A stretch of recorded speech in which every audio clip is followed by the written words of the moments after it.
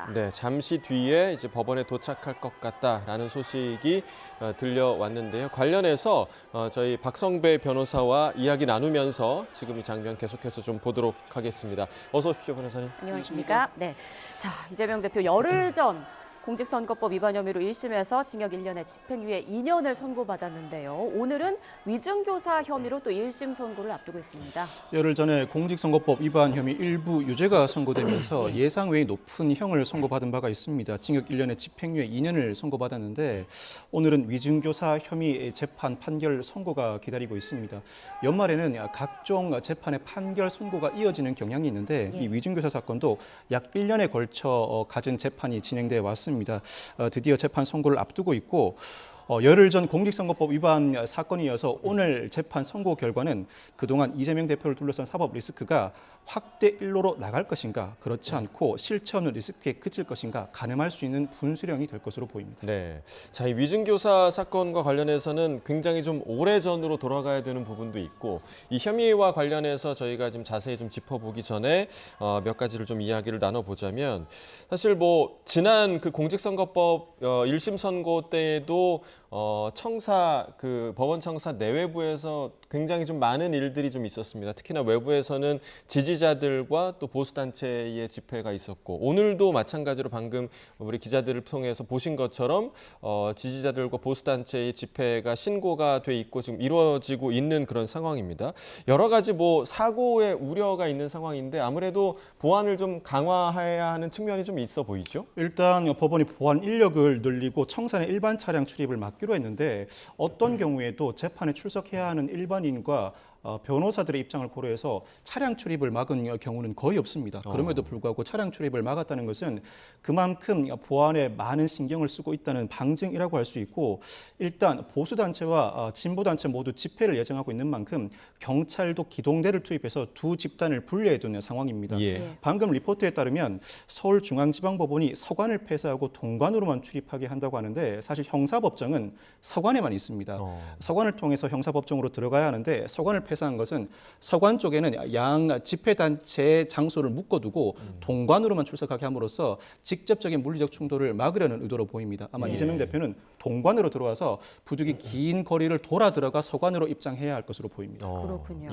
자, 오늘 이제 선고가 이루어지는 곳이 서관 311호 중법정이라고 하는데 열흘 전 그 재판이 열렸던 곳과 같은 장소라고 하더라고요. 그런데 원래 여기가 위증교사 재판이 열리던 법정이 또 아니라고 하더라고요. 원래는 소법정에서 그동안 긴 시간 재판이 진행돼 왔습니다. 그리고 대부분의 민사, 형사 재판이 소법정에서 진행을 해옵니다. 그럼에도 불구하고 중법정을 선고법정으로 지정한 이유는 바로 보안 이유에서입니다. 이 중법정은 저 같은 변호사들도 서울중앙지방법원에 자주 찾습니다만 중법정에서 재판이 이루어지는 경우도 상당히 드물고 중법정은 찾아 들어가기가 상당히 어렵습니다. 소법정은 각 층마다 들어가면 바로 눈에 들어오는 반면에 중법정은 들어가는 입구가 상당히 깊숙이 박혀 있고 안쪽에 있나요? 그 장소를 찾아 들어가야 할 뿐만 아니라 보안도 상당히 엄격하고 보안 이후에 들어간 입구에서도 한참 더 뒤로 들어가야 비로소 그 법정 문을 볼 수 있을 정도입니다.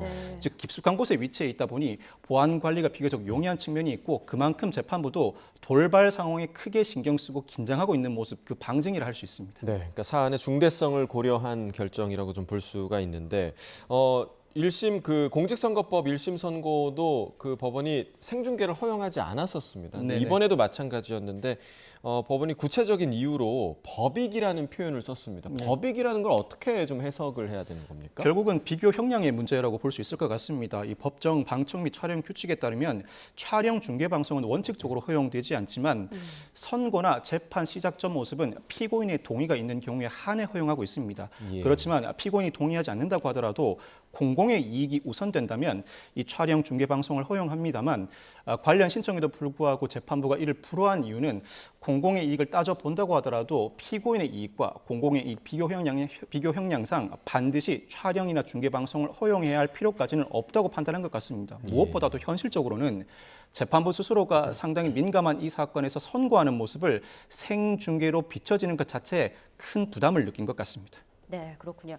지금 저희가 화면으로 오른쪽에는 서울중앙지법 앞에 있는 민주당 의원들 모습 보이고 있고 왼쪽에는 서문입니다. 곧 이재명 대표가 이쪽으로 법원에 곧 들어올 것으로 예상되고 있습니다. 자, 이재명 대표 오늘 여의도에서 점심 식사를 한 뒤 서울중앙지법으로 지금 오고 있는 중인데요. 아마 곧 서울중앙지법의 모습을 드러낼 것으로 보입니다. 카메라 앞에서 어떤 메시지를 내놓을지 아니면 지난번처럼 그냥 들어갈지 이 부분도 궁금한데요.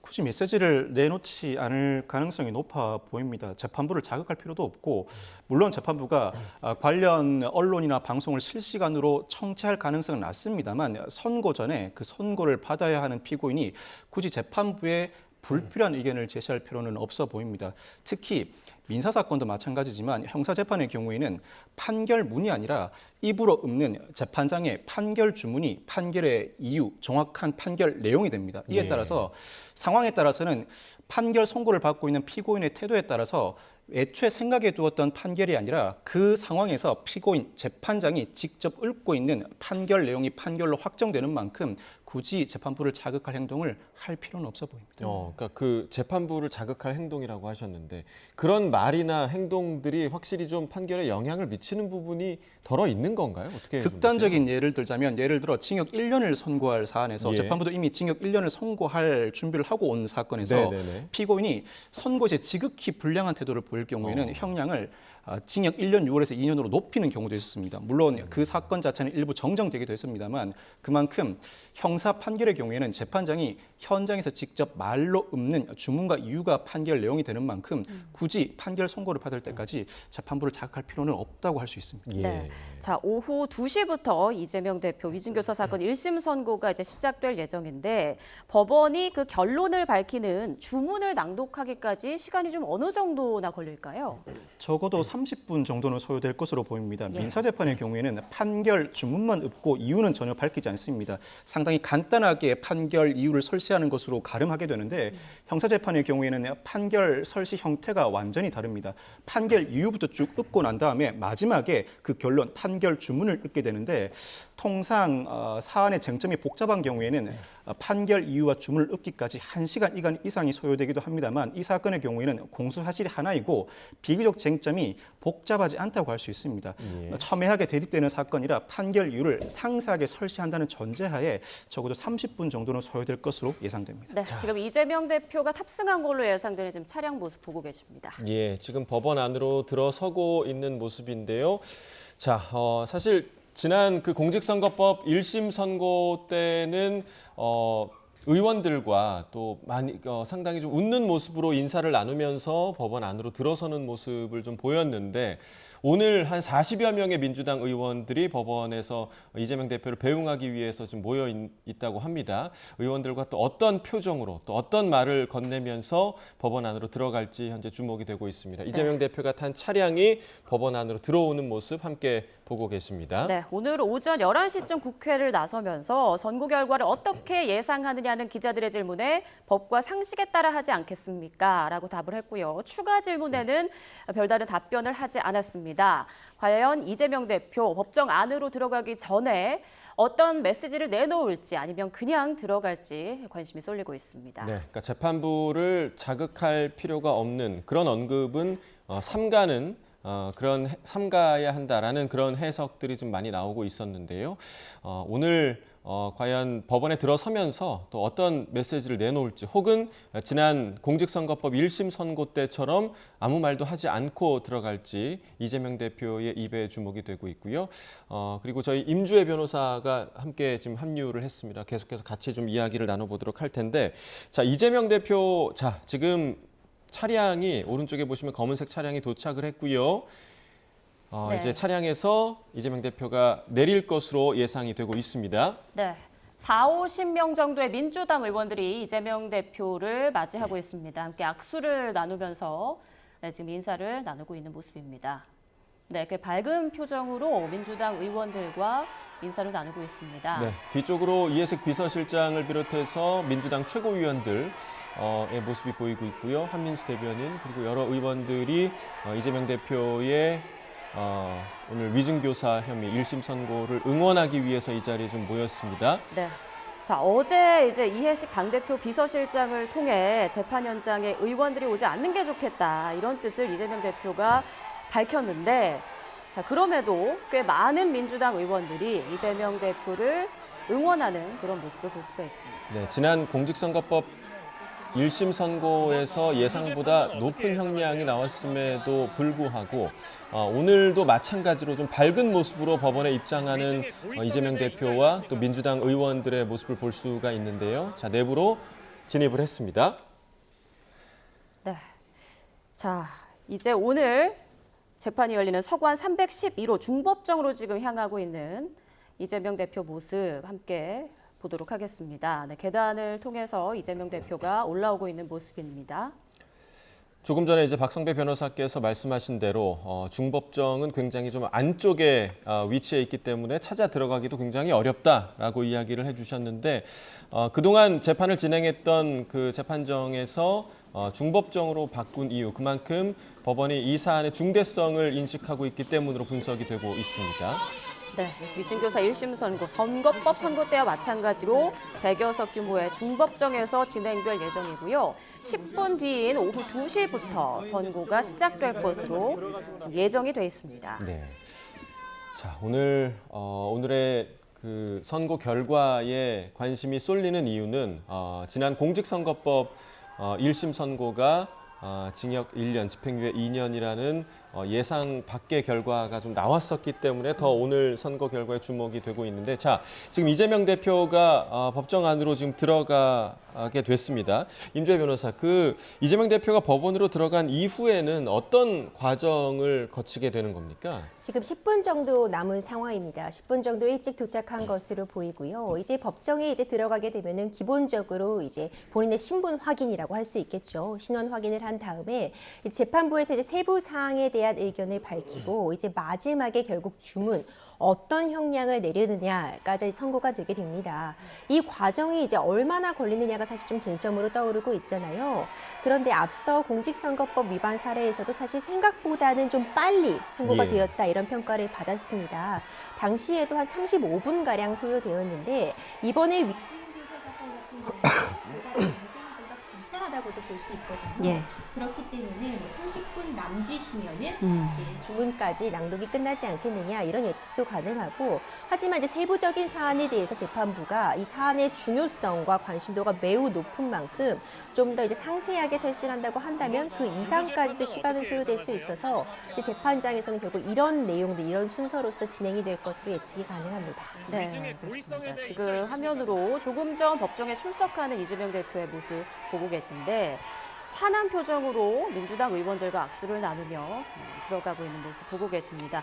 열흘 전 때도 들어갈 때는 사실 밝은 표정으로 이제 다른 의원들과 함께 이야기를 나누면서 이렇게 들어갔는데, 선고가 발표된 뒤에 이제 어두운 표정으로 항소의 뜻을 밝혀서 오늘 선고가 나온 뒤에 이재명 대표와 다른 민주당 의원들의 표정은 어떨지 또 관심이 쏠리고 있습니다. 자, 그럼 지금부터는 이재명 대표가 받는 혐의를 조금 더 자세히 짚어보도록 하겠습니다. 박 변호사님, 먼저 위증 교사가 정확히 어떤 의미인가요? 위증 교사는 위증을 시켰다는 의미인데, 이 위증은 선사한 증인이 법정에서 허위의 진술을 한 경우에 성립합니다. 무엇보다 기억에 반하는 진술을 하여야 위증죄가 성립하고, 애초에는 위증을 할 의사가 없는 행위자로 하여금 위증을 하도록 시킨 것 자체를 교사라고 일컫습니다. 즉, 이재명 대표는 애초에 위증을 할 의사가 없는 김진성 씨를 상대로 법정에서 허위의 진술을 유도하였다는 위증교사 혐의를 받고 있는 것입니다. 예. 자, 그러니까 이 사건을 들여다보려면 지금 저희가 22년 전까지 되짚어 봐야 합니다. 그러니까 2002년 이재명 대표가 변호사 시절이던 2002년부터 이 사건이 시작이 되는데, 간단하게 좀 임 변호사께서 좀 짚어주시죠. 그렇습니다. 앞서 언급해 주신 것처럼 이번 사안은요, 2002년으로 일단 거슬러 올라갑니다. 당시는 이제 이재명 변호사였죠. 이재명 대표가 변호사로 활동을 하고 있으면서 당시에 KBS PD와 이제 함께 검사를 사칭한 이 부분이 문제가 되었습니다. 검사를 사칭하면서 당시 김병랑 전 성남 시장에게 전화를 걸어 이것저것 이제 정보를 알아낸 이런 부분들이 문제가 되었습니다. 해당 검사 사칭 문제로요. 2004년도에 대법원에서 유죄 판단을 받아서 벌금 150만 원을 선고받게 됩니다. 사안이 여기서 이제 끝날 수 있었는 줄 알았는데 다시 2018년도에 이 문제가 불거지게 되는데 네. 이 당시는요. 이재명 대표가 경기도지사 선거에 나설 당시였습니다. 이때 이제 방송에서 이 검사 사칭 부분에 대해서 내가 벌금형을 선고받은 것은 누명을 쓴 것이다. 이런 언급이 있었죠. 예. 이제 이 부분과 관련해서 허위 사실을 공표한 것이다. 이것이 문제가 되어서 다시 재판을 또 받게 되었는데 2020년도에 대법원에서 최종적으로 이 부분은 무죄 판단을 받았습니다. 근데 이때 재판에서 증언을 했던 사람 중에 하나가 바로 이 김병란 전 성남시장의 비서실장인 김진성 씨였습니다. 예. 이제 여기서 또 이 재판까지는 끝이 났는데 다시 이제 문제가 되게 된 부분이요. 김진성 씨가 다른 범죄 혐의, 알선 수재에 관한 어떤 범죄 혐의로서 수사를 받는 과정에서 휴대폰 녹음 파일이 확보가 되었습니다. 네. 이 휴대폰 녹음 파일에는 이재명 대표와 이 김진성 전 비서실장 간의 이 대화, 이 목록이 담겨 있었는데 이때 이 증언을 하게 되었을 때, 그러니까 증인으로 불렀을 당시에 이재명 대표가 몇 차례 전화를 걸면서 본인에게 좀 더 유리한 방식으로 증언을 하도록 강요했다. 결국 위증을 교사했다는 이런 부분들이 문제가 되어서 위증교사 혐의로 이번에 재판을 받게 된 상황입니다. 예. 그러니까 검사 사칭 사건과 관련해서 누명을 쓴 것이다라고 말한 부분, 그리고 기억나는 대로 말해달라라고 김진성 씨와의 통화에서 말한 부분, 이 두 가지 발언이 문제가 되고 있는 건데요.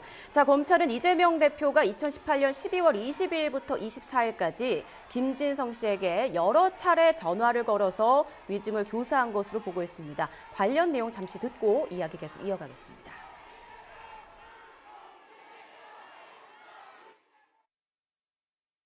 모두가 나를 잡아넣는데 이익이 있었기 때문에 그런 측면들의 얘기가 오간 걸로 실제는 제가 알기로는 그렇게 한 걸로 알고 있기 때문에 그래서 그런 쪽의 증언이 좀 있으면 뭐 구체적인 내용은 사실 알 필요가 없고 뭐 10수년 지난 일을 정확하게 알 수는 없지만 그때 당시에 KBS 측하고 성남시 측하고 그런 식의 협의나 논의가 많았다. 여러 차례 있었다라는 것 정도를 누군가가 얘기를 해주면 도움이 될 것 같아요. 네, 그러니까 검찰은 당시 이 대표가 기억이 전혀 없는 김진성 씨에게 매우 계획적이고 집요한 방법으로 위증을 교사했다 이렇게 보고 있는 거죠.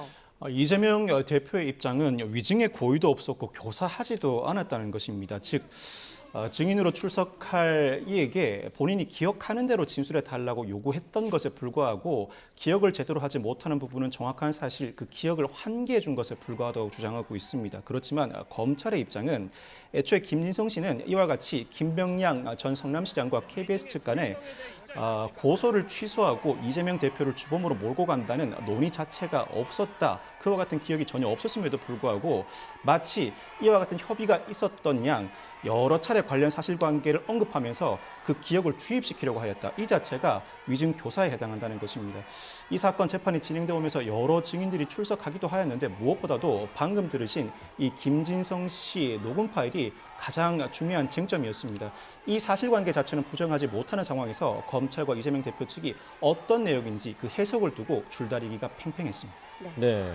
자, 이재명 대표는 김진성 씨에게 위증을 한 적이 없다. 그러니까 이재명 대표 측은 그렇게 주장을 하고 있고 검찰이 오히려 이 그 녹취를 좀 짜깁기를 했다 이렇게 주장을 하고 있습니다. 이재명 대표 측의 주장을 보자면 자 지금 화면을 보시면요 왼쪽과 오른쪽으로 나뉘어져 있는데 왼쪽은 진보 단체, 그러니까 이재명 대표를 지지하는 진보 단체 집회 현장을 보고 계시고요. 네. 오른쪽은 보수 단체 집회 현장을 보고 계십니다. 앞서 저희가 우리 기자 연결해서 들었다시피 오늘 이재명 대표 지지단체 2,000여 명이 집회를 신고했다고 하고요. 보수단체는 1,500명 가량이 집회를 신고했고 서초역 또 교대역 인근의 집회를 신고함에 따라서 경찰이 양측을 분리하고 그리고 기동대를 투입해 현재 질서를 유지시키고 있다. 이런 소식이 지금 들리고 있습니다. 현재 집회가 이루어지고 있는 모습 함께 보시고 계십니다. 네, 혹시 모를 충돌을 대비해서 경찰은 49개 기동대 3,800여 명의 경력을 투입해서 나서면서 질서 유지에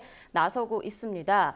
지난 15일 공직선거법 위반 혐의 그 선고 당일에 서로를 향한 거친 발언이 쏟아지기도 했고 한 남성이 이 대표를 향해 신발을 던지면서 체포되기도 했는데요. 혹시 모를 불미스러운 상황을 방지하기 위해서 경찰이 대규모로 지금 동원이 된 상황입니다. 네. 자, 이번 그 위중교사 사건과 관련한 이재명 대표 측의 주장을 좀 정리를 좀 해주시죠. 그렇습니다. 이미 이 녹음 파일이 공개가 된 상황입니다. 앞서 지적해 주신 것처럼 이미 나와 있는 이 증거를 양측에서 어떻게 주장하고 입증할 것인가가 이번 재판의 핵심 쟁점이 될 수 있을 것 같은데요. 예. 이재명 대표 측에서는 먼저 이 대화 녹음 이 전체적인 부분을 보자면 여러 차례 반복해서 기억나는 대로 말해달라고 얘기를 한다. 이 부분을 강조하고 있습니다. 그러니까 기억나는 대로 사실에 맞게 얘기하라고 한 것이지 어떻게 기억을 주입시키려 한다거나 어떤 위증 부분을 적극적으로 교사한 부분이 없다고 밝히고 있는 상황이죠. 이제 뿐만 아니라 이재명 대표 측에서는 이를 통해서 이 김진성 씨의 증언이 본인의 재판 결과에 영향을 끼치지도 못했다는 부분을 또 강조하고 있습니다. 그러니까 최종적으로 무죄 판단을 받았다고 해도 그 이유가 김진성 씨의 증언이 결정적인 부분이 아니었다를 강조하고 있는데 이 부분과 관련해서도 검찰과의 어떤 입장 차이를 보고 있는 부분은 맞습니다. 그러니까 결론적으로 이재명 대표 같은 경우에는 어떤 위증을 교사할 고의도 없었을 뿐더러 실제로 본인이 위증을 교사한 사실도 없고 결과적으로 최종적으로 나의 재판 결과에 영향을 끼친 바도 없기 때문에 이 위증교사 부분에 대해서 무죄를 선고받아야 된다. 이런 주장을 펼치고 있습니다. 네, 지금 오후 2시를 막 지났습니다. 오후 2시에 1심 선고가 예정돼 있었는데요. 공판이 시작되는 대로 또 속보로 전해드릴 예정입니다. 조금 전 이재명 대표 출석하는 모습 지금 화면으로 계속 내보내드리고 있습니다. 민주당 의원들과 함께 밝은 표정으로 악수를 나누는 모습, 그리고 청사내부 일부 지지자는 이재명 힘내세요라고 이재명 대표를 연호하면서 응원을 하는 모습도 포착이 됐습니다. 자, 검찰은 이재명 대표에게 대법원 양형기준상 최고형인 징역 3년을 구형했죠. 그 이유가 뭘까요? 일단 위증죄 법정형은 징역 5년 이하 또는 1,000만 원 이하의 벌금입니다. 양형기준상 기본 권고 양형기준은 징역 6월에서 1년 6월인 반면에 특별 가중 요소를 반영한 가중 권고 양형기준이 징역 10월에서 3년입니다. 그중에서도 검찰은 가장 권고 형량이 높은 징역 3년을 구형하고 나섰는데 무엇보다도 이 위증교사로 인해서 관련 재판에 영향을 미쳤다고 보고 있는 것 같습니다. 물론 이재명 대표가 관련 공직선거법 위반 사건은 무죄 판결을 확정받은 바가 있습니다. 무죄 판결을 확정받은 정확한 이유도 이 위증이 직접 영향을 미쳤는지는 다툼의 여지가 있는데 누명을 썼다는 발언 자체는 사실 공표가 아니라 평가에 불과하다. 그렇다면 공직선거법상 허위사실 공표에 해당하지 않는다는 이유로 1, 2, 3심 모두 무죄 판결이 선고되었습니다. 그렇지만 검찰의 시각에서는 그와 같은 판결 이후에도 불구하고 결국 김진성 씨의 위증이 관련 재판인 이재명 대표의 공직선거법 위반에 영향을 미쳤다고 본 것 같고 특히 위증의 경우에는 위증의 실행 행위자보다 교사범에게 더 높은 권고 형량이 권고됩니다. 그 이유가 교사범에게 그 위증으로 인한 이익이 귀속되기 때문인데 사실 실행 행위자는 자신에게 득이 될 사항이 없음에도 불구하고 위증을 행하고 그 배후에 있는 위증 교사자가 실질적인 이익을 취득한 만큼 관련 재판 결과에 영향을 미치기도 하였고 이재명 대표가 교사범인 이상 중한형, 무엇보다도 권고형량 중 가장 높은 권고형량인 징역 3년은 불가피하다는 것이 검찰의 시각입니다. 네. 자, 이재명 대표가 SNS에 이런 글을 올린 적이 있습니다. 이게 실패한 위증교사다. 이런 표현을 쓴 적이 있는데 이 표현을 가지고도 그러면 위증교사를 시인한 거 아니냐 뭐 이런 얘기도 좀 나오고 있잖아요. 이 부분에 대해서는 좀 어떻게 좀 보시나요? 그렇죠. 이제 실패한 위증교사다. 그러니까 이것이 만약 위증교사라고 해도 뭐 실패한 위증교사였기 때문에 내가 처벌을 받을 필요가 없다는 의미인지 아니면 애초에 이 위증교사라는 부분을 검찰에서 기소한 것 자체가 어떤 혐의 없는 부분을 억지로 기소했기 때문에 실패한 위증교사다라고 표현한 부분인지 좀 여러 가지로 해석이 가능한 부분이 있겠지만요. 기본적으로 이재명 대표 측에서는 경우에는 완전히 무죄를 주장하고 있다고 볼 수 있습니다. 예. 그러니까 위증 교사라는 것은 사실 재판부에서도 굉장히 죄질이 좋지 못하다고 평가할 수밖에 없는 부분이 결국 재판부의 공정한 판단을 방해하는 굉장히 중요한 요소가 되기 때문입니다. 증인은 사실 선서를 하고 본인이 진술한 내용에 대해서 책임을 져야 되는 위치에 서게 됩니다. 그러니까 위증, 그러니까 기억에 반하는 진술을 선서 이후에 하게 되면 그 증인 자체도 형사 처벌을 면할 수가 없는데 이런 위험성에도 불구하고 적극적으로 나서서 증인에게 위증을 하라고 교사한 부분에 대해서 굉장히 그 책임을 무겁게 묻고 있습니다. 이재명 대표 같은 경우에는 지금 이것이 실패한 위증교사라고 하고 있는 것은 애초에 내가 위증에 고의도 없었을 뿐만 아니라 교사를 하려고 시도도 하지 않았고 결과적으로 이 김진성 씨의 증언에 대해서 내 재판에 영향을 끼친 바도 없기 때문에 내가 어떤 위증을 교사한 바가 없다. 그러니까 실패한 것이다. 이렇게 평가를 하고 있지만 하지만 이제 검찰 측에서는 이와 정반대로 이 모든 부분을 해석하고 있기 때문에 예. 이번 재판 결과가 굉장히 좀 귀추가 주목이 되고 있고요. 사실 무죄냐 유죄냐에 따라서 완전히 다른 결과를 가져올 수 있고 만에 하나 유죄로 인정된다고 한다면 앞서 지적해 주신 것처럼 지금 가중적인 요소들로 평가될 수 있는 부분들이 굉장히 많이 있습니다. 일단 일반적으로 교사를 한 부분도 그렇고요. 근데 재판에 영향을 어쨌든 끼쳤다는 부분이 인정돼야 이제 유죄로 나오기 때문에 이런 부분들이 다 가중적인 요소로 평가될 수밖에 없고 결국 이재명 대표가 끝까지 이런 범죄 혐의점에 대해서 인정이나 반성이 없었다는 부분도 가중적인 요소로 더해진다면 만약 유죄가 인정이 된다면 또 생각보다 또 예측하는 바보다 또 중형이 선고될 수도 있다는 시간도 존재하고 있어서 이 유무죄 판단 여부가 굉장히 중요할 것 같습니다. 네, 오후 2시로 예정돼 있는 위증교사 혐의 선고, 1심 선고. 자, 거기 법정에서 들려오는 내용 있으면 저희가 또 바로바로 속보로 전해드릴 거고요. 아마 선고 결과는 빠르면 2시 30분 안팎, 늦어도 지금부터 1시간 안에는 나오지 않을까 예상되고 있습니다. 조금 전 이제 임주혜 변호사가 가중 요소에 대해서 이제 언급을 해주셨는데 앞서 공직선거법 1심 선고에서도 예상보다 좀 중형이 내려지지 않았습니까? 이때 이제 배경에 동종 전과가 인정된 탓이 있다고 하더라고요. 네네. 오늘 선고는 어떨까요?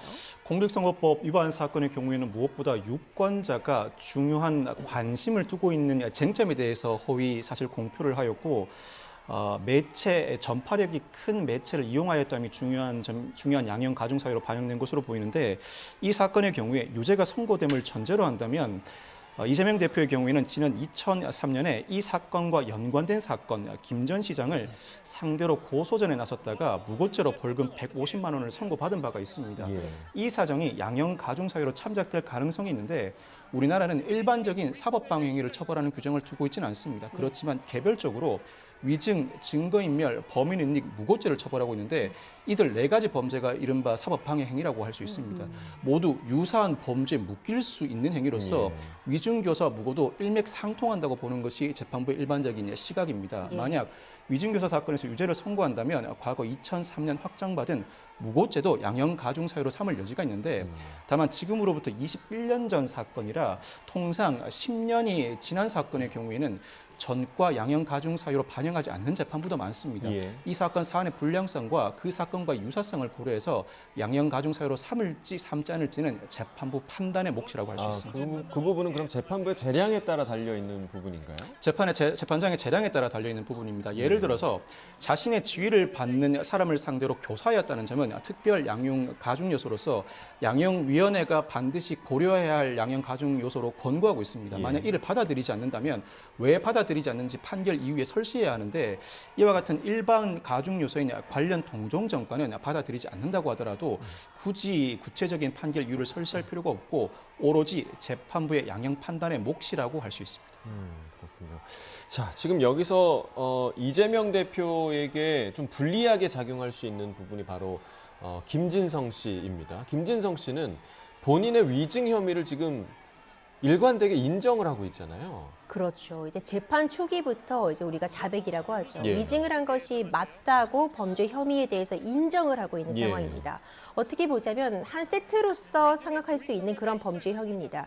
김진성 전 비서실장이 위증을 했고 이 이재명 대표가 김진성 전 비서실장에 대해서 위증을 교사했다. 이런 지금 범죄 혐의점이 문제가 되고 있는 와중에 이 위증을 한 본인 당사자 김진성 씨가 위증을 한 것이 맞다고 하고 있어서 사실 이 부분은 이재명 대표 측에게는 어찌 보자면 불리한 사유로서 진행이 될 수밖에 없습니다. 예. 물론 이제 이재명 대표는 이 김진성 씨 위증 여부와 관계없이 본인은 이제 교사하지 않았다. 이 점을 지금 전폭적으로 주장을 하고 있기 때문에 결국 두 가지의 결론이 달리 나올 수는 있지만요. 하지만 그럼에도 불구하고 내가 지금 위증을 했다고 김진성 씨가 밝히고 있는 사정은 이재명 대표에게 불리할 수밖에 없는 상황입니다. 네, 그렇군요. 앞서 이제 박 변호사님께서 통상 위증한 사람보다 교사한 사람이 더 무거운 처벌을 받는다 이런 말씀도 해주셨고 그 판례를 보니까 위증교사 10명 중 8명 가까이가 징역형 이상을 선고받을 정도로 처벌이 무거운 편이라고 하더라고요. 그 네. 이유는 좀 뭘까요? 사실 위증죄나 위증교사죄 모두 검사 입장에서는 입증하기가 상당히 까다로운 죄들입니다. 위증죄가 성립하려면 실제 사실관계와 다른 증언을 했다고 성립하는 것이 아니라 증인이 자신의 기억에 반한 진술을 하여야 위증죄가 성립합니다. 이는 대법원이 확고하게 판례로 정립하고 있는 법리인데 내심의 의사인 자신의 기억에 반한 진술인지를 검찰이 입증해내기가 상당히 쉽지가 않기 때문입니다. 예. 이런 구체적인 사실관계가 그 진술 내용과 크게 배치된다면 당연히 자신의 기억에 반해서 진술했다고 볼 여지가 있습니다만 피고인이 항변하는 사유에 따라서 착각할 만한 요소가 있다면 쉽사리 위증죄 유죄가 나오지 않는 경우도 상당히 많습니다. 반면에 위증죄 유죄가 선고되는 경우에는 중대한 사법방해 행위, 재판부 입장에서는 자신의 업무를 중대하게 방해하는 행위에 대해서는 엄단의 의지를 가지고 있고 그 입증이 쉽지 않은 만큼 한번 입증이 이루어져 유죄 판결이 선고된다면 이때는 상당히 중하게 처벌하는 경향이 있습니다. 네. 위증과 무고는 검사도 가장 싫어하는 범죄 유형일 뿐만 아니라 재판부도 상당히 그 죄질을 불량하게 보고 있는 범죄들이라 할 수 있는데 입증돼 유죄가 선고되는 이상 유사한 사법방해 행위의 한 범죄에 묶인 범죄들에 대해서는 상당히 중하게 처벌하다 보니 벌금형을 선고하는 경우가 드뭅니다. 벌금형을 선고하는 경우에는 자신이 위증한 사실을 알리고 관련 재판에 일부 영향을 미치는 수준에 이르러야 합니다. 그렇지 못하고 관련 사건이 그 위증의 영향을 받아 이미 확정되어 있고 뒤늦게 일부 자백을 하거나 관련된 착각을 했다는 일부 변명만으로는 드라마틱하게 그 양형을 낮출 수가 없게 되는데 유죄가 인정되는 이상 관련 사실 자백을 하지 않고 있는 현 상황에 비춰보면 유죄가 인정됨을 전제로 한다면 상당히 중한 형벌이 선고될 것이라고 예상할 수밖에 없습니다. 네. 오늘 이재명 대표의 위증교사 혐의 1심 선고와 함께 위증을 했다는 혐의를 받는 김진성 씨에 대한 선고도 함께 이루어지게 되는데 결국에는 이제 저희가 조금 전까지 이야기를 나눴던 게 김진성 씨는 본인의 위증을 지금 인정하고 있다라고 지금 얘기가 나오고 있잖아요. 그런데 이게 이재명 대표에게 불리하게 작용할 것이다. 근데 만약에 이렇게 생각을 해볼 수도 있을 것 같아요. 만약에 김진성 씨의 위증이 본인이 인정을 하는 것이 거짓이다. 이렇게 되면 위증한 것이 거짓이다라고 결론이 나오게 되면 그럼 이재명 대표에게 유리하게 또 방향이 흘러가게 되는 겁니까? 그러니까 위증죄가 이제 무죄를 받는 경우, 김진성 씨가 뭐 혐의가 없다고 받게 되는 경우를 예. 산정해 볼 수 있을 것 같은데 이제 사실 본인이 위증을 했다고 인정한 이상 이 부분이 아니다라고 또 판단을 하기 어려운 측면은 있을 것 같습니다. 일단 이 통화 녹음이라는 어느 정도 확실한 이제 증거가 나와 있는 상태에서 본인이 위증한 것이 맞다. 그렇기 때문에 처벌을 받겠다라고 하는 와중에 아니다. 너는 무죄다. 이런 부분은 또 다른 좀 더 강력한 증거를 통해서 예. 확인이 가능할 수 있는 상황일 것 같고요. 예. 재판부에서는 일단 김진성 씨의 이 자백에 대해서 굉장히 무게를 두고 판단을 할 수 있을 것이란 예측이 가능한데 이 부분도 재판부의 어떤 판단을 기다려봐야겠지만 하지만 이제 본인이 자백을 했다면 만약 이 부분이 유죄로서 인정을 된다고 해도 이 부분은 또 감경인자로서 또 확인을 받을 수 있을 것 같습니다. 그렇기 때문에 앞서 살펴본 것처럼 위증죄의 양형 기준을 봤을 때 기본이 6월에서 1년 6월 정도의 징역형이 내려진다면 감경을 받으면은 10월 이내에 징역형이 내려질 수 있는 그런 상황이어서 오히려 김진성 씨 같은 경우에는 유죄가 인정된다고 해도 감경적인 요소가 좀 있지 않을까 이런 부분이 예측이 가능한 상황입니다. 예. 네.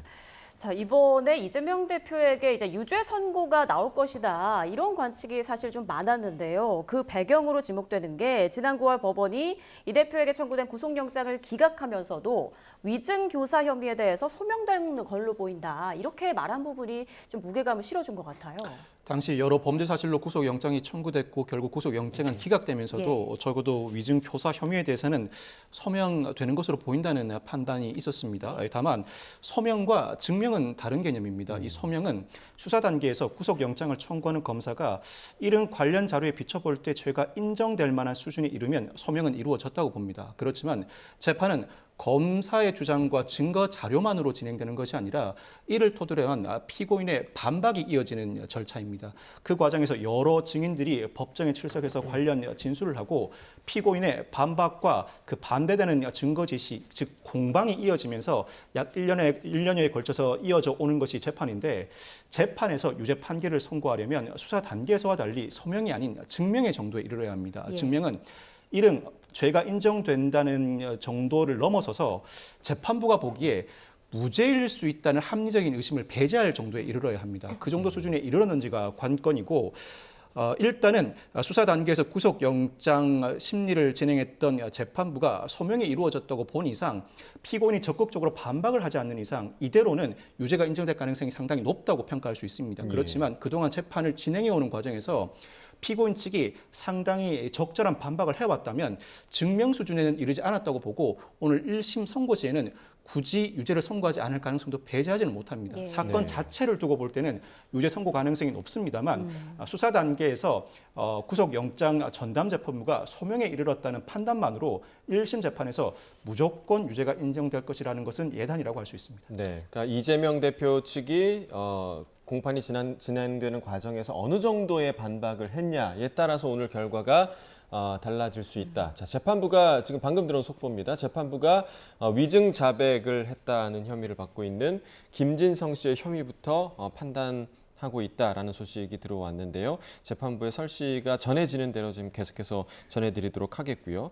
이재명 대표는 어찌됐든 지금 그 위증교사 혐의에 대해서 계속 무죄 주장을 하고 있는데 사실 열흘 전에 있었던 공직선거법 1심 선고 때도 중형이 선고된 그 배경에 대해서 너무 계속해서 무죄 주장을 하다 보니 재판부가 더 중형을 준 거 아니냐라는 분석도 있었거든요. 이번에도 좀 그럴 가능성도 배제할 수 없겠죠? 네, 가능성은 있습니다. 네. 이제 양형을 함에 있어서 여러 가지 요소들이 고려될 수밖에 없는데 그 중에서 또 굉장히 중요한 부분이 만약 재판부에서 판단하기에 어떤 범죄 혐의점이 인정이 되어서 처벌이 필요한 상황인데 그렇다면 이제 진정한 반성을 하고 있느냐 아니면 재발 방지를 약속하는 그런 부분들이 있느냐 이런 부분들이 양형에서 참작이 될 수밖에 없습니다.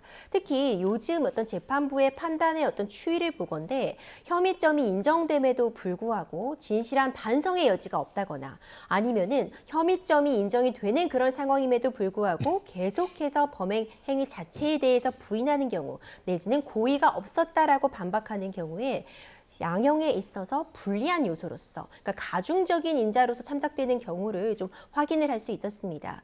그런 맥락에서 본다면은 이제 위증에 대한 부분이 재판부가 인정이 된다고 보고 있음에도 불구하고 이재명 대표가 무죄 추재의 주장을 하고 있다면 결국 이것이 뭐 반성의 여지가 없다거나 아니면 범행을 인정하지 있지 않다 이런 부분으로 본다면 가중적인 요소로서 가만히 둘 가능성은 충분히 있습니다. 네. 자, 이재명 대표에 대한 위증교사 1심 선고 당초 2시로 예정됐는데요. 한 10분가량 지연이 됐습니다. 그리고 위증을 자백한 김진성 씨의 혐의부터 판단을 하고 그 뒤에 이재명 대표에 대한 판단이 이어질 것으로 보입니다.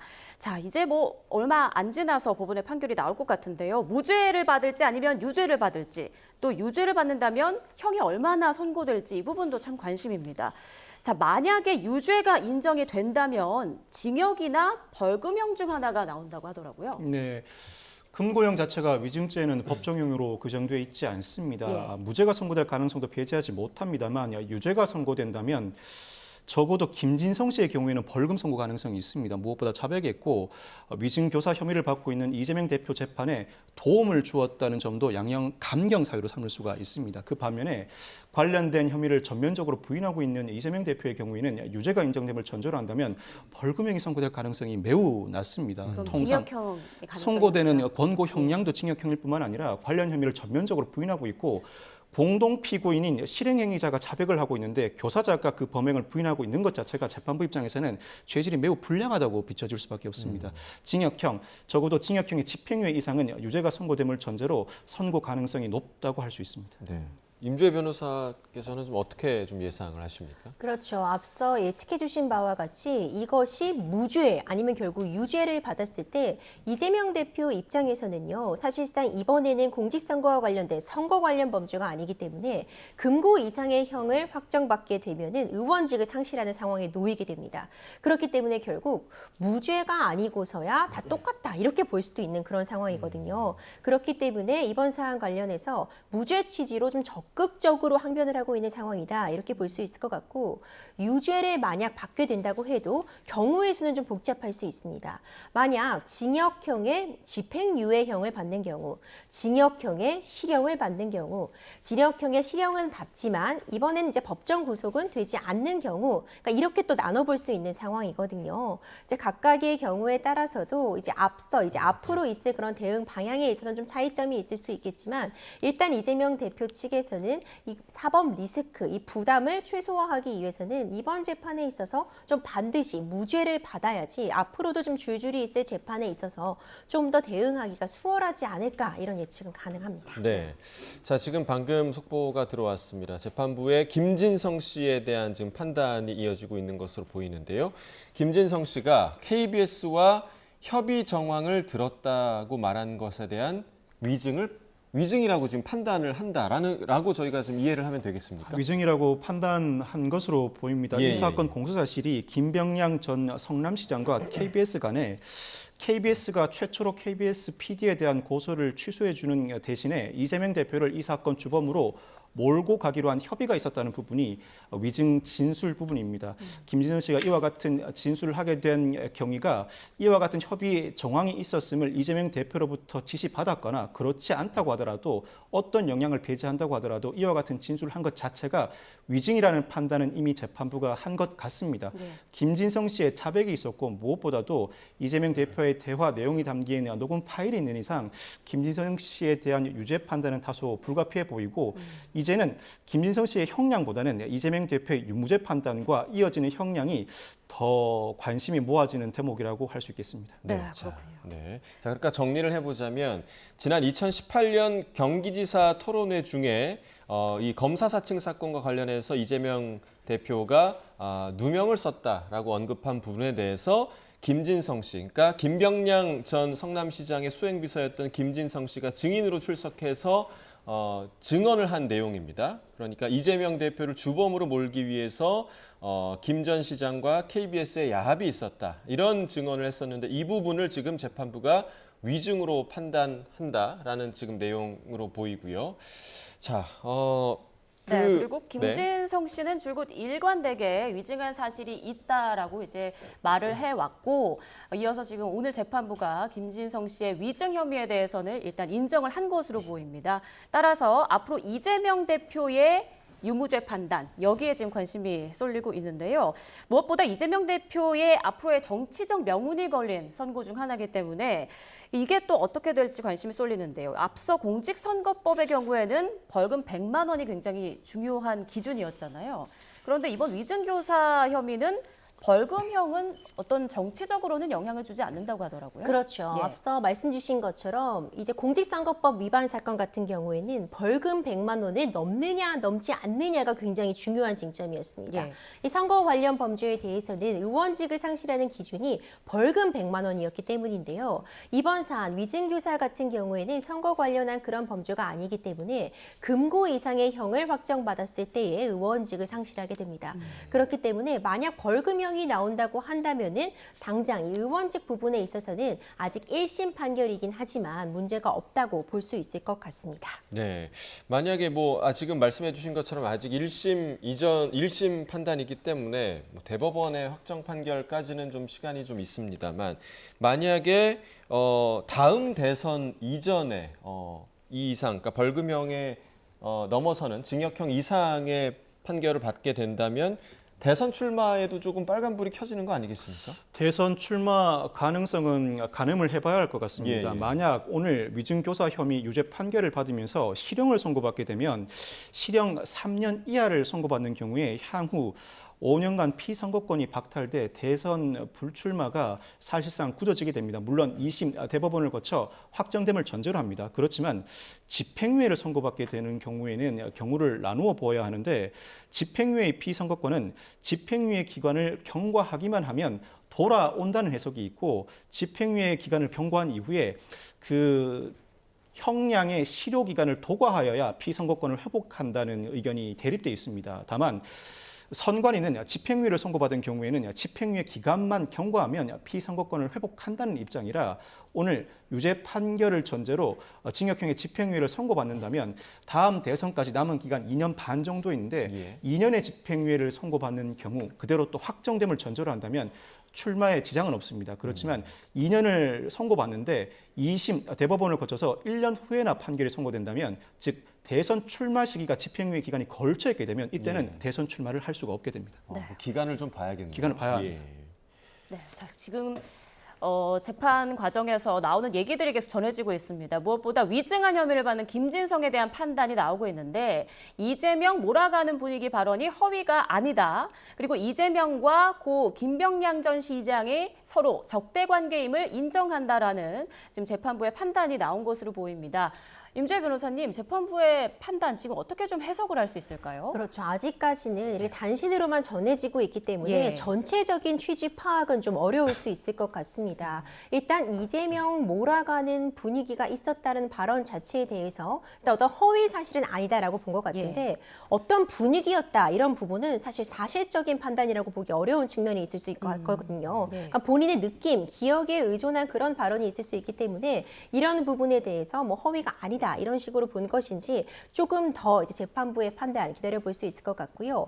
그리고 이재명 대표와 고 김병란 전 성남시장의 관계를 서로 적대적인 관계로 인정하고 있는 부분, 사실 이 부분은 충분히 예측이 이미 가능한 상황이었습니다. 결국 검사 사칭을 통해서 전화를 한 상대방이 김병랑 전 성남시장이었고 이로 인해서 어떤 여러 가지 형사 소송 등이 지금 문제가 되고 있는 상황이었기 때문에 이제 이 부분에 대해서 적대적인 관계였다는 부분, 그렇기 때문에 누 검사 사칭에 대해서 뭐 이재명 대표가 이 부분에 대해서 뭐 주모자였다는 부분을 뭐 서로 인정한 부분인지 이런 부분들은 조금 더 재판부에서 나오는 내용들 확인할 필요 있을 것 같습니다. 네, 박 변호사님은 이 두 가지 내용 좀 어떻게 좀 해석을 하십니까? 일단은 이 사건 재판 진행 과정에서 여러 증인들이 출석한 바가 있습니다. 무엇보다도 그 사건의 당사자라고 할 수 있는 최초로 KBS PD가 출석해서 고소를 취소하는 대가로 이재명 대표를 주범으로 몰아가기로 한 사실 자체가 없다고 진술한 바가 있습니다. 아울러서 그 상사라고 할 수 있는 KBS 시사 제작 국장도 법정에 출석해서 관련된 공모가 있었는지 자신을 알지 못하고 만약 그와 같은 사실이 있었으면 최초로 PD의 상사인 자신이 모를 리가 없다는 취지로 발언한 바가 있습니다. 이와 같은 진술은 모두 이재명 대표에게 상당히 불리한 진술이라고 할 수 있습니다. 무엇보다도 이재명 대표가 그동안 유력하게 주장했던 부분이 이 사건이 발생한 직후인 KBS 이모 기자와 대화를 한 녹취록을 제출한 바가 있는데 그 녹취록에 이와 관련된 대화가 나옵니다. 그럼에도 불구하고 이 이모 기자가 법정에 출석해서는 녹음 파일을 직접 듣지 않고는 이와 같은 대화가 실제로 있었는지 여부를 가늠하기 어렵다는 취지로도 발언했습니다. 이까지도 역시 이재명 대표에게 불리한 진술이라고 할 수 있는데 다만 KBS 노조 전임자는 이 사건 법정에 출석해서 김병량 전 시장이 최초로 KBS PD에 대한 고소를 취소하는 대신에 최초로 KBS PD가 자백을 하는 분위기는 있었다는 취지로 진술을 한 바가 있습니다. 아마 이 노조 전임자의 진술을 근거로 재판부가 이러한 분위기가 있었던 사실 자체는 허위로 받아들이지 않은 것 같습니다. 그렇지만 최종적인 판단 내용이 아니라 전후 맥락에 비추어 어떠한 결론에 이르렀는지는 더 지켜봐야 할 것 같습니다. 네. 자, 추가로 또 들어온 내용이 있습니다. 재판부가 밝힌 내용인데 김진성 당시 고소 취소를 기억했다고 볼만하다. 그리고 일방 주장 언급 사정만으로 위증 요구 해석이 어렵다. 이런 지금 내용들이 전해지고 있는데 김진성 씨에 대한 여러 이제 발언들에 대해서 각각 위증인지 아닌지를 보고 있는 것으로 지금 예상이 되고 있습니다. 일단 지금 법정에서는 판결 이유에 대해서 쭉 나열을 한 뒤에 이제 선고, 공식적인 주문이 발표가 되기 때문에 그 전까지는 우리가 들어오는 내용을 가지고 지금 유추하고 있는 과정인데요. 자, 임주혜 변호사님, 지금 조금 전 추가된 두 가지 내용 좀 어떻게 볼 수 있을까요? 그렇죠. 이제 위증으로 볼 수 있을 만한 그런 진술들의 내용이 쫙 있을 텐데 그중에서 일단 일부 혐의에 대해서는 위증으로 볼 수 있다고 좀 본 것 같고요. 예. 또 일부 혐의에 대해서는 위증이 아니다라고도 볼 수 있을 것 같습니다. 예. 이 부분은 이제 최종적으로 그래서 어떤 판단을 받을지 지켜볼 필요가 있을 것 같은데 결국 이번 사안 같은 경우 그 녹음 내용을 확인하는 게 굉장히 중요할 것 같은데요. 앞서 말씀드린 것처럼 지금 이것이 문제된 것이 이 경기도지사 선거 당시에 방송에 출연해서 이재명 대표가 내가 누명을 쓴 것이었다라는 이 발언이 허위사실 공표로 문제가 됐었습니다. 이에 대해서 만약 김진성 씨가 이재명 대표를 옹호해주는 그런 진술, 그러니까 누명을 쓴 것이 맞다는 증언을 해줬는데 이 증언이 사실 기억에 반하고 이재명 대표가 이것을 강요했다는 부분이 문제가 될 수 있거든요. 그렇기 때문에 이와 관련해서 결국 재판부에서 이 진술, 이 증언을 듣는 전체적인 과정에서 어떤 식으로 이 부분을 해석할지가 쟁점이 될 수 있을 것 같습니다. 네, 자 일단 조금 전에 나왔었던 김진성 씨가 당시 고소 취소를 기억했다고 볼만하다. 이 고소 취소라는 게 어떤 걸 의미를 하는 겁니까? 이 사건이 불거진 것 자체가 검사 사칭 사건이죠. 당시 그 피해자라고 할 수 있는 김병량 전 성남시장이 이재명 대표와 최초로 KBS PD를 고소했는데 네. 그 협의 과정에서 최초로 KBS PD에 대한 고소를 취소하고 이재명 대표를 주범으로 몰아가기로 한 공모가 있었다는 점이 위증 진술의 대상이라고 할 수 있습니다. 그런데 재판부의 이 단편적인 문구만으로 제가 전반적인 상황을 파악하기는 어려워도 적어도 수행비서인 김진성 씨는 자신이 모시던 김병량 전 성남시장이 최초로 KBS PD에 대한 고소 취소를 하기로 한 사실 자체는 사실로 인지할 만한 입장에 있었다는 취지로 읽혀집니다. 그러니까 김진성 씨가 그거를 알고 있었다라는 얘기인 거죠? 알고 있었다는 취지로 읽혀집니다. 사실 예. 이 문구 자체로만 본다면 오히려 김진성 씨의 위증 혐의도 무죄 취지의 판결 이유로 해석할 수 있는 부분인데 아직까지는 전체적인 판결 이유가 나오지 않은 상황이라 이렇다 저렇다 단언하기는 어려울 것 같습니다. 네, 네. 그리고 네. 추가로 들어온 내용 보면 이재명 대표 있는 대로 이야기해달라는 취지로 이야기를 했다라는 지금 법원 그 재판부의 이야기가 지금 전해지고 있고요.